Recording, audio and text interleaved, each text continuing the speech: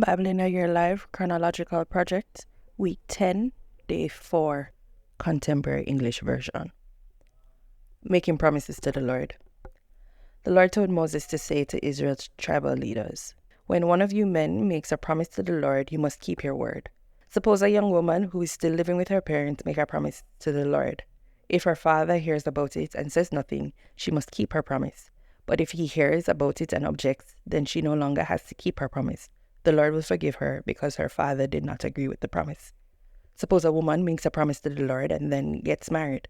If her husband later hears about the promise but says nothing, she must do what she said, whether she meant it or not. But if her husband hears about the promise and objects, she no longer has to keep it, and the Lord will forgive her. Widows and divorced women must keep every promise they make to the Lord. Suppose a married woman makes a promise to the Lord. If her husband hears about the promise and says nothing, she must do what she said. But if he hears about the promise and does object, she no longer has to keep it. The Lord will forgive her because her husband would not allow her to keep the promise. Her husband has the final say about any promises she makes to the Lord. If her husband hears about a promise and says nothing about it for a whole day, she must do what she said. Since he did not object, the promise must be kept.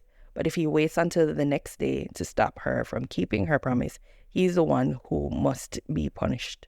These are the laws that the Lord gave Moses about husbands and wives, about young daughters who still live at home. Israel's war against Midian.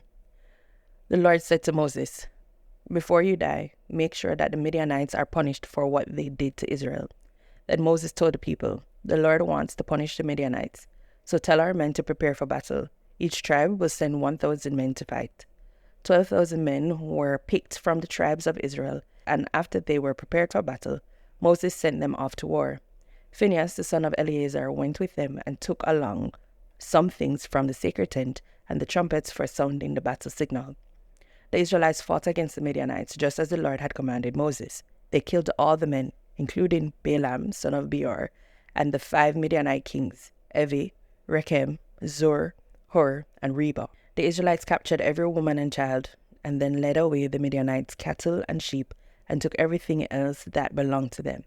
They also burned down the Midianite towns and villages. Israel's soldiers gathered together everything they had taken from the Midianites, including the captives and the animals. Then they returned to their own camp in the hills of Moab across the Jordan River from Jericho, where Moses, Eleazar, and the other Israelite leaders met the troops outside the camp. Moses became angry with the army commanders and said, "I can't believe you let the women live. They are the ones who followed Balaam's advice and invited our people to worship the god at Baal Peor. That's why the Lord punished us by killing so many of our people. You must put to death every boy and all the women who have ever had sex. But do not kill the young women who have never had sex. You may keep them for yourselves." And Moses said to the soldiers, "If you killed anyone or touched a body, you are unclean and have to stay outside the camp for 7 days. On the 3rd and 7th day, you must go through a ceremony to make yourselves and your captives clean. Then wash your clothes and anything made from animal skin, goat's hair, or wood." Eleazar then explained, "If you need to purify something that won't burn, such as gold, silver, bronze, iron, tin, or lead, you must first place it in a hot fire. After you take it out, sprinkle it with water that purifies. Everything else should only be sprinkled with the water. Do all this just as the Lord commanded Moses. Wash your clothes on the 7th day, and after that you will be clean and may return to the camp." Everything taken from the Midianites is divided. The Lord told Moses, "Make a list of everything taken from the Midianites, including the captives and the animals. Then divide them between the soldiers and the rest of the people. Eleazar the priest and the family leaders will help you. From the half that belongs to the soldiers, set aside for the Lord 1 out of every 500 people or animals, and give them to Eleazar. From the half that belongs to the people, set aside 1 out of every 50, and give them to the Levites in charge of the sacred tent." Moses and Eleazar followed the Lord's instructions and listed everything that had been taken from the Midianites. The list included 675,000 sheep and goats, 72,000 cattle, 61,000 donkeys, and 32,000 young women who had never had sex.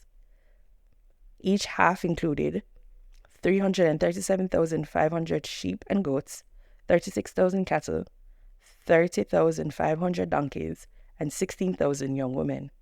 From the half that belonged to the soldiers, Moses counted out 675 sheep and goats, 72 cattle, 61 donkeys, and 32 women, and gave them to Eleazar to be dedicated to the Lord. Then, from the half that belonged to the people, Moses set aside one out of every 50 animals and women, as the Lord had said, and gave them to the Levites.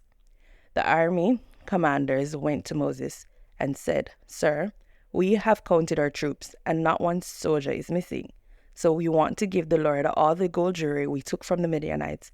It's our gift to him for watching over us and our troops." Moses and Eleazar accepted the jewelry from the commanders, and its total weight was over 200 kilograms. This did not include the things that the soldiers had kept for themselves. So Moses and Eleazar placed the gold in the Lord's sacred tent to remind Israel of what had happened.